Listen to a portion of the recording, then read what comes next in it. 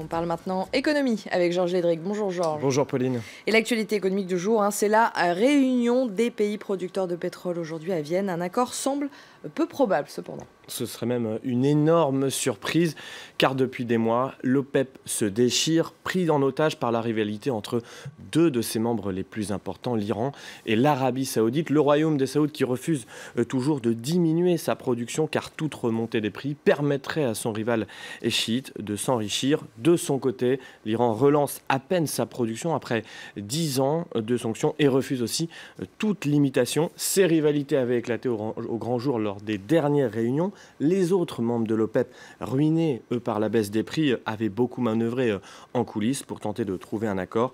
Ils avaient finalement vu tous leurs espoirs anéantis au dernier moment. Aujourd'hui, il faut reconstruire le dialogue au sein de l'organisation, ou du moins faire semblant pour restaurer la crédibilité de l'organisation.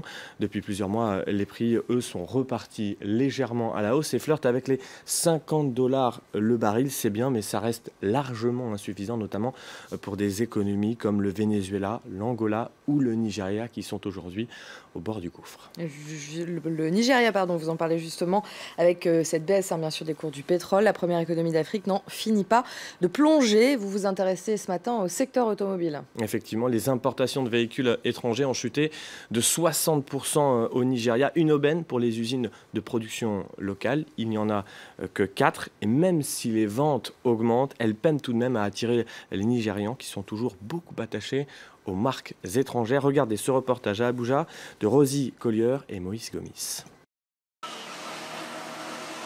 Chaque dimanche, Kaou et ses amis se retrouvent pour se mesurer en voiture sur les routes d'Abuja. Pour réussir ce type de cascade, Kaou consacre des milliers d'euros pour transformer son véhicule en bolide.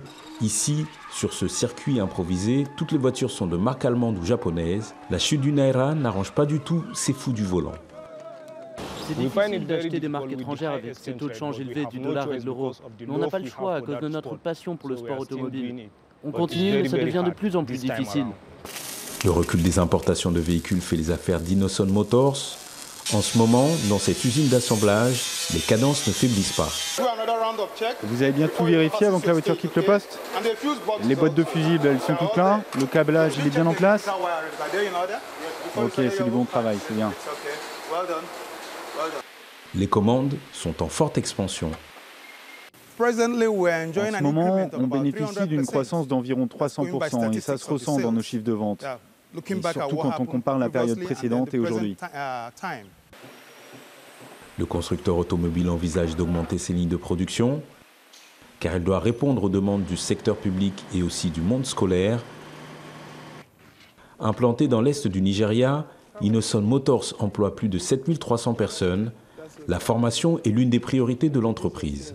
On forme les gens sur l'acquisition de compétences de telle sorte qu'ils soient autonomes. Nous avons ouvert un garage où nous employons seulement les personnes de notre centre d'apprentissage. Les autres entreprises viennent également recruter chez nous. Le plus important pour moi, nos apprentis sont formés pour un métier. Cela veut dire qu'ils sont employables n'importe où dans le monde. L'unique marque automobile nigériane profite d'un contexte favorable, mais la majorité des Nigérians ne sont pas encore convaincus par la qualité des véhicules Made in Nigeria.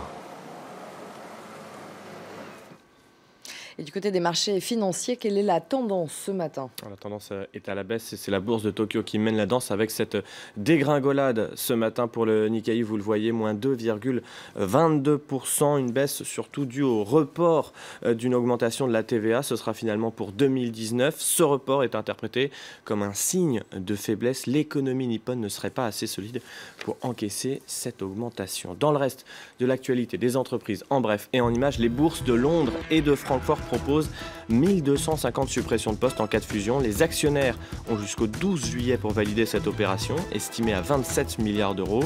Elle devrait créer un mastodonte des marchés financiers. Oui, mais la région allemande de Hesse a déjà fait échouer l'opération il y a quelques années, inquiète pour l'emploi local. Et puis le fonds souverain d'Arabie Saoudite investit 3 milliards d'euros dans l'application Uber. Depuis un an, l'entreprise a levé plus de 10 milliards d'euros, ce qui en fait la start-up la mieux dotée de l'histoire, de quoi financer son développement à l'international, notamment en Arabie Saoudite où 80% de ses clients sont des femmes interdites de conduire. Et enfin, aux États-Unis, le marché automobile serait-il sur le point de se retourner? Les ventes de voitures neuves ont reculé de 6% au mois de mai. Les constructeurs restent confiants, évoquent un ralentissement temporaire, notamment sur le marché des berlines. Les actions de General Motors, Ford et Chrysler ont tout de même dégringolé hier à Wall Street.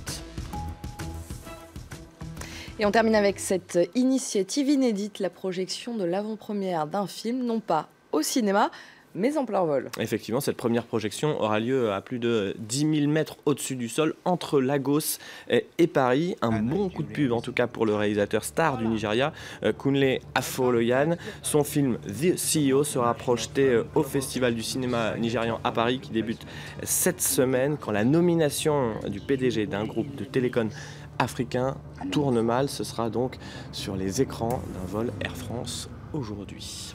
Merci beaucoup Georges pour ce journal de l'économie.